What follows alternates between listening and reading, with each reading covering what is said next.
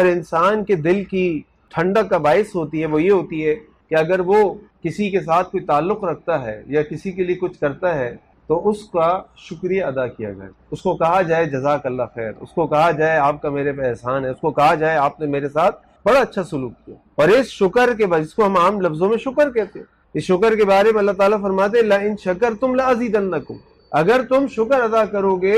شکر گزار بنو گے تو میں تمہیں اور دوں گا، وَلَئِن كَفَرْتُمْ، لیکن اگر تم نے ناشکری کی فَإِنَّ عَذَابِي لَشَدِيدٌ، تو میرا عذاب بڑا سخت ہے، میری پکڑ بڑی سخت ہے۔ یہ جو رشتہ ہے میاں بیوی کا، اگر ہم غور و فکر کریں تو ہمیں تو ادب عام طور پہ اسکولوں میں بھی سکھایا جاتا ہے، ماں باپ بھی سکھاتے، بیٹا اگر آپ کہیں جا رہے ہیں اور کوئی آپ کے لیے کوئی چیز اٹھا کر دے دے تو تھینک یو کہیے، جزاک اللہ خیر کہیے۔ آپ کہیں گاڑی میں جا رہے ہیں، کسی نے آپ کے لیے جگہ کھول دی، وہ بیٹھا ہوا تھا کھول کے سائڈ پہ ہو گیا کہ بھائی آپ بھی بیٹھ جاؤ، تو آپ کو کہنا چاہیے تھینک یو، شکریہ، یہ ہمیں سکھایا جاتا ہے۔ اب آپ ذرا تصور کیجئے میاں اور بیوی کا رشتہ، شوہر صبح گھر سے نکلتا ہے، محنت مزدوری کرتا ہے، دنیا کی اندر خواریاں کرتا ہے، اس کے بعد اپنی بیوی بچوں کے لیے کچھ روزی کما کر لاتا ہے۔ اسی طرح بیوی اپنے شوہر کے پیچھے اس کی گھر کی صفائی ستھرائی کرتی ہے، اس کی حفاظت کرتی ہے، اس کا خیال کرتی ہے، اس کے لیے کپڑے صاف کر کے رکھتی ہے، اس کے کپڑے استری کر کے رکھتی ہے، اس کے بچوں کو خوبصورت بنا کے صاف ستھرا کر کے رکھتی ہے۔ تو کیا یہ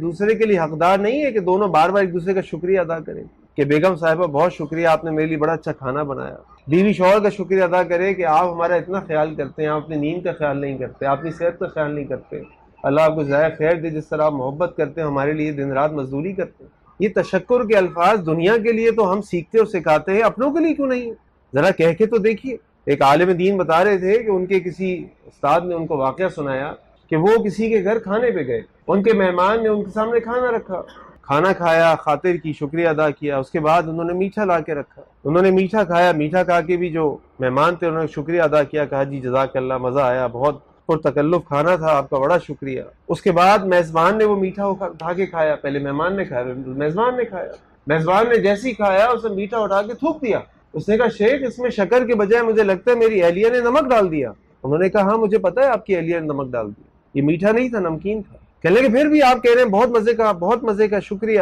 کہنے لگے بھائی جس اللہ رب العزت نے ہمیں ساری زندگی اتنے مزے کے کھانے کھلائے، آپ کی بیگم نے اس سے پہلے جو میرے لیے کھانا بنایا اتنا لذیذ تھا، اگر کسی کھانے میں کوئی کمی رہ گئی تو کیا ہوا؟ تو کیا ہوا؟ آج ہم اپنے گھر جاتے ہیں اور ہماری بیوی ہمارے لیے کھانا ہماری مرضی کا نہ بنائے، گرم کر کے نہ رکھے، روٹی میں کوئی کسر رہ جائے، سالن میں کوئی کسر رہ جائے تو کیا حشر کرتے ہو؟ بھائی اس نے محنت تو کی تھی، اس کی نیت تو صاف تھی، اس نے آپ کے لیے کوشش تو کی تھی، شکریہ ادا کر دی، کیا ہوا اگر کوئی غلطی ہو گئی؟ کیا ہوا کوئی کمی رہ گئی؟ تو اگر ہم شکر ادا نہیں کریں گے تو اللہ تعالیٰ فرماتے میری پکڑ سخت ہوگی۔ پکڑ یہ نہیں ہوتی کہ فرشتے ڈنڈے لے کے کھڑے ہوں گے چل میں تیری پٹائی کرتا ہوں، پکڑ یہ ہے کہ آپ کا سکون ختم ہو جائے گا، آپ کی نیندیں اڑ جائیں گی، آپ کو اپنے گھر کے اندر بھی چین نہیں آئے گا۔ یہ بھی پکڑ ہے اللہ تعالیٰ کی، اللہ تعالیٰ ہم سب کو اس سے بچائے۔ تو ایک دوسرے کا شکریہ ادا کریں، اس طرح بیوی اپنے شوہر کا شکر ادا کرے، وہ آپ کے لیے محنت مزدوری کرتا ہے، آپ کے کھانے پینے کا انتظام کرتا ہے، آپ کے لیے کپڑوں کے لیے پیسے جمع کرتا ہے، آپ کی بچوں کی تعلیم و تربیت کے لیے